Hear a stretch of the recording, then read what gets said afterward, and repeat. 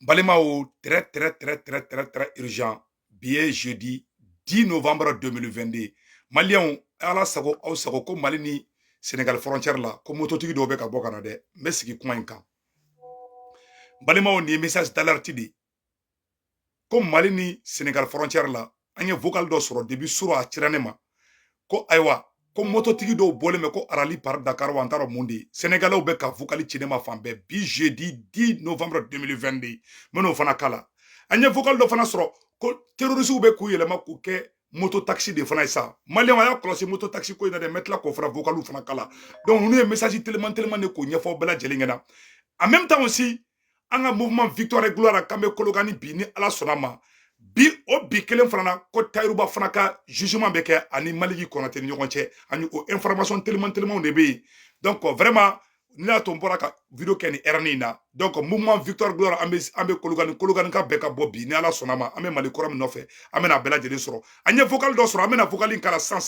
Malien bɛɛ lajɛlen ka na an ka jɛ ka vocal lamɛn ɲɔgɔn fɛ. Vocal in kɔni kɔnɔna na a yiralen bɛ k'a fɔ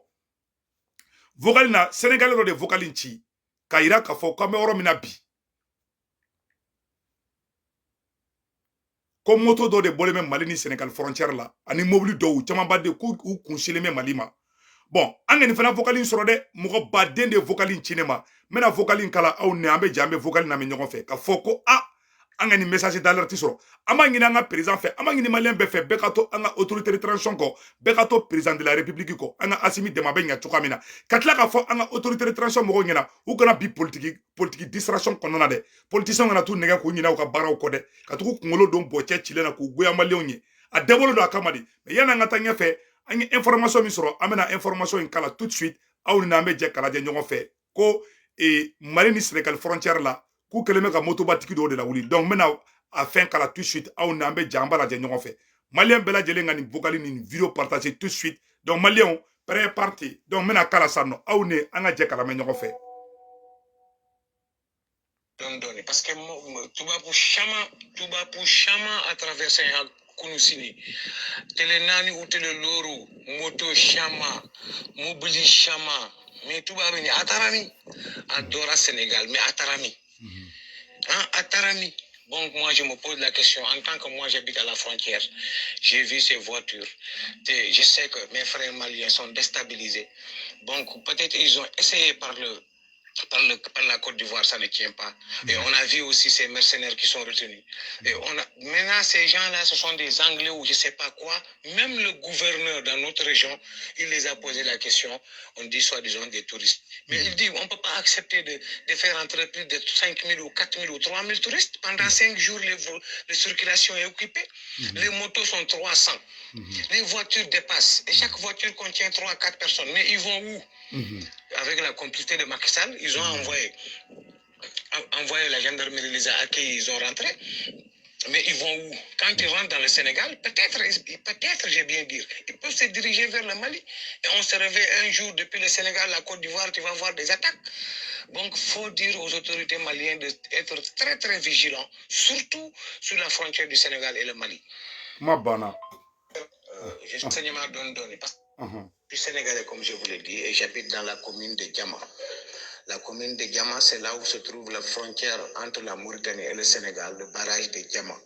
Il y a un barrage de Rosso et un barrage de Diama. Le barrage de Diama, c'est une voie qui est terrestre parce qu'il y a une pont. Ce qu'on a constaté, moi je suis actuellement au Sénégal, je suis quitté à Brazzaville, ça fait 2 mois. Aïe Kerbla. 6 jours, toute la longue journée et la nuit, plus de 2000 ou 1500 ou 3000. Pas des militaires, mais ce sont des blancs véhiculés, soi-disant ce sont des Paris-Dakar. Donc Paris-Dakar a été supprimé il y a 5 ans de cela, ou 10 ans ou 11 ans. Donc selon nous, après les informations recherchées, c'est des mercenaires qui sont rentrés par le barrage de Diama, quittant vers la Mauritanie, peut-être vers l'Espagne, ainsi de suite, avec des véhicules, avec des motos. Et la gendarmerie les a accueillis, les a fait rentrer. Et ils sont rentrés à l'intérieur, sont partis. Mais où vont-ils? Donc c'est pourquoi je vous informe peut-être de tirer l'attention des autorités maliennes, Comme Alassane Ouattara a tout fait, il ne peut pas. La France peut-être cherche à attaquer le Mali depuis le Sénégal. Donc qu'il soit très très vigilant vers la frontière du Sénégal et le Mali. Parce que franchement, notre président Macky Sall, c'est un manipulateur, il cherche. Donc, Malien, et vraiment, moi quand même, j'aime Macky Sall sans vous mentir. Tu vois, j'aime Macky Sall parce qu'il a dit la vérité à Barack Obama. Donc, Malien, au Rwanda, tu m'as fait là, ou bien qu'il y a un problème. Mali ni Côte d'Ivoire fana frontière là, ou keleme kataka, Mali ni Côte d'Ivoire, ani Ghana fana frontière là, anye information tellement do soro san non, meno information fana bo, Mali ambe djeko, o kalan 600. Mali ni Côte d'Ivoire, ani Mali ni Mali ni Côte d'Ivoire, attendez, mba bossan non, a sebene fla là. Voilà. Mali à la djede. Très très urgent. Un bataillon de l'armée française occupe tout le nord, principalement vers les frontières entre la Côte d'Ivoire et la Guinée, la zone des 3 frontières. La Côte d'Ivoire, la Guinée, la Côte d'Ivoire, le Burkina Faso, la Côte d'Ivoire et le Mali. Donc, au Djamana Saban Nyonche, quand Francis Keleme Kaka Force de Blakatara, un bataillon de l'armée française occupe tout le nord, principalement vers les frontières ivaro-guinéennes, burkinabé, maliennes, pour, selon eux, protéger les populations ivoiriennes contre les attaques terroristes venant du Mali ou de Burkina Faso. Donc, mon commentaire est donc, la Côte d'Ivoire n'a pas d'armée pour se défendre. Les démonstrations d'armes et des soldats du 7 août, là, c'était par rapport à quoi? Ça fait vraiment pitié. Vigilance, le président Assimi. Vigilance, le président capitaine Traoré. Vigilance, le président colonel Doumbia de Guinée-Conakry. Vigilance, le président maréchal Assimi du Mali. Vigilance, le président capitaine Ibrahim Traoré de Burkina Faso. Donc, Maliens, Abela Djele Nukmame, Francis Keleme Kataka ka force de Fnabla, Mali ni Côte d'Ivoire frontière là, ani Côte d'Ivoire ni Burkina frontière là, ani Guinée frontière côté Eurofavela là, Francis Keleme Kaka Sorasi Badende Black Kataka Yorona. Donc, en tant donc, Naningembe Francis Konanto donne, agno information fana soro, agno information tellement do fana soro, ko nyafo Malien de Bela Djele ngena, agno de fana ngona mbeta ambese. An bekato anga autorité de transition ko anga Assimi deme barabenya Assimi bolo choka mina Malien anga to anga transition ko ama ngiri transition nya moko bela jele fana fe u ka politique jeune to ni wakati la u ka politicien nu to ni wakati la sinon u bena u ka barabe tien u bolo sa u ko ka sécurité u ku concentrer Assimi i concentrer sécurité ka ani France matla nyokona alibi de Macron n'a pas encore fini de u yende ke Kadhafi la Macron be ka essayer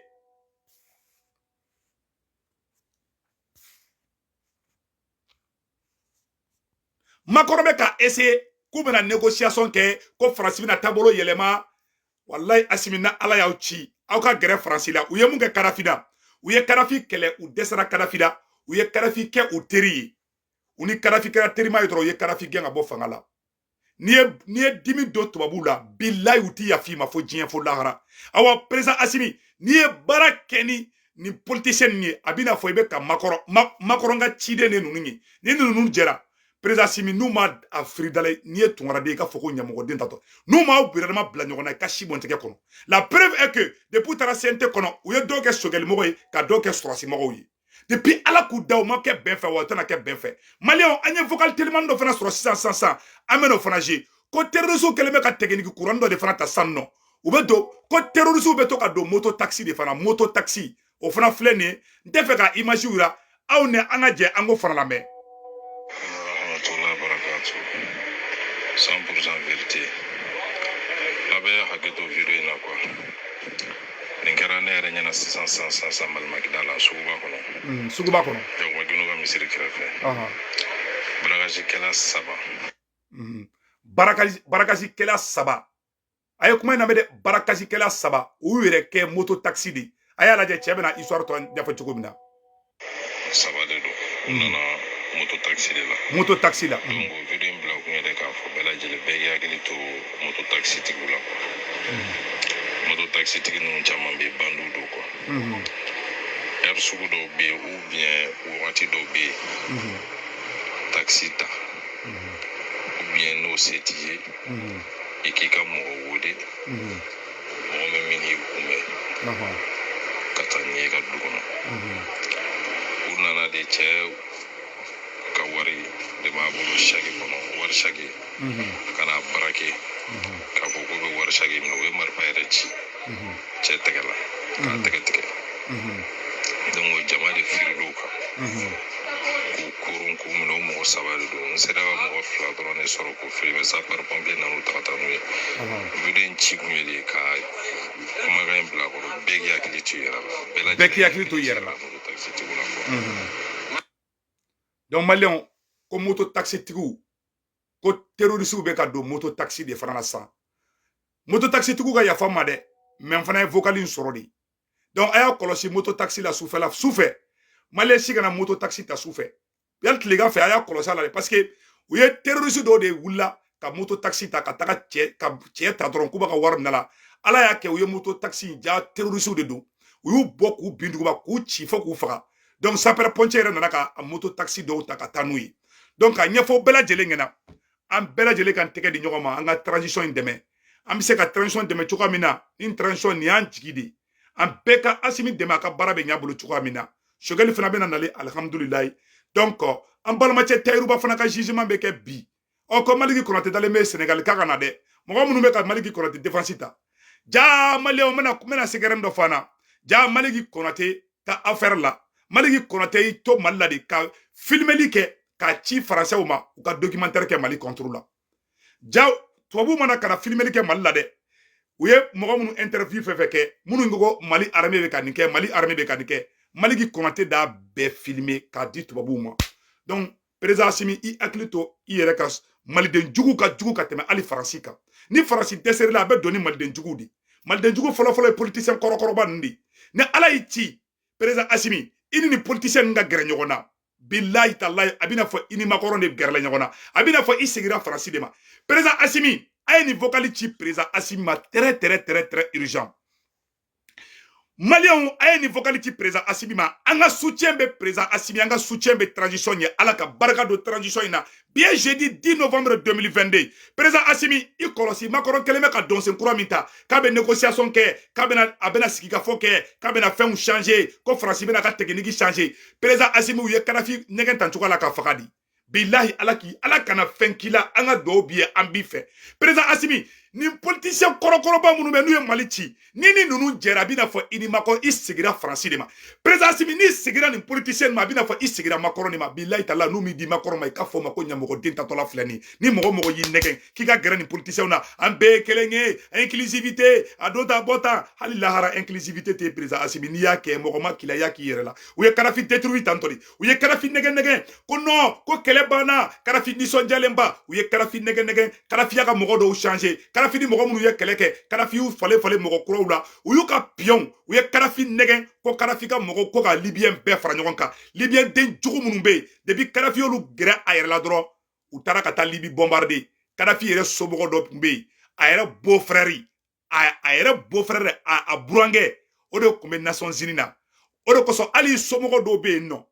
o de kosɔn Surasiw a ye somɔgɔ ko bɔ Mali ko la billahi n'a ma bɔ a la billahi talahi a bɛ kɛ maloya don dɔ la dɛ a ye baara kɛ ni force de changement ye n bɛ segin ka Asimi n'i bɛ fɛ k'i yɛrɛ sauver président Asimi ka Mali sauver ka Afrique sauver baara kɛ ni force de changement ye n bɛ segin kuma in kan n'i ma baara kɛ ni force de changement ye ni révolution n'a ma d'Afrique k'a fɔ ma ko ɲɛmɔgɔden tatɔ filɛ danga tɛ foyi tɛ billahi talahi i ko ka di anw ye an tɛ fɛ fɛn k'i sɔrɔ an bɛ k'i soutenir de an tɛ fɛ i ka bi ni tugura ni politicien ko a bɛna fɔ i tɛgɛ di Macron de ma ni tugura ni politicien ko a bɛna fɔ i bolo di Barkhane de ma ni tugura ni politicien ko a bɛna fɔ i tɛgɛ di Faransi Surasiw de ma i tɛgɛ di Macron de ma ninnu ni Macron ye photocopie de awa u tɛ Macron kɔ bila u ka di i b'a fɔ ko bɔnbɔnni kalama awa u tɛ ɲɔgɔn kɔ bila awa b'u tila de n'u dɛsɛr'i la Che Guevara ko sokɔnɔjugu ko ni marifa kisɛ 10 b'i bolo i ka kisɛ 9 ci sokɔnɔjugu la i ka kisɛ 1 ci kɔfɛ jugu la ni ma sokɔnɔjugu to ye Asimi i bi sababu bɛ bɔ o la ni ma baara kɛ ni force de changement ni mi jɛya force de changement mɔgɔw ye ni ye sɔrɔsi ɲɔgɔnw y'i nɛgɛ ni politicien y'i nɛgɛ ni mɔgɔ wɛrɛ y'i nɛgɛ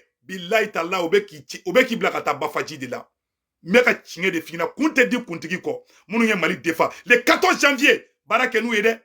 baara kɛ ni force de changement ye dɛ mɔgɔ minnu bɔra ko embargo kɛra e kan u tun bɛ fɛ ka intervention militaire kɛ n'o ye force de changement ye président Asimi n'i ma baara kɛ ni force de changement ni Mali kura kɛra i ka fɔ ma ko tu ɲɛmɔgɔden tatɔla filɛ nin ye billahi n dalen bɛ ala ko la n dalen b'a kira ko la billahi n'i y'a kɛ janfa don n'u ye janfa guloki don i la i bɛ taa jɛw fɛ i ko ka di ne ye dɛ awa ne bi soutenir awa ne ka do bi awa ala kana fen kila fana ala kana ta jiwo fana fe ala kana to ika bi farasi ka piège kono ni tegeri ni politicien ma na surasi dama do be munu somogo ya adema ye ne re somogo ya adema do ire na yaw tege dini adema mogon adema betere mo nyum be adema na ne re adema ke kateme RPM fle adema fle asma fle URD mogo do fle ni billahi ni tugura nunu ko nu chamam URD mogo be fana tede parce que URD mogo do be M5 na ba identifier ka bala ne re ke RPM di RPM mogo be fana te an be politicien an be parti do ke mais a mogo jugu de farale mi nyon ka ko gere awla bi mogo nyum be URD la mogo nyum be ali adema la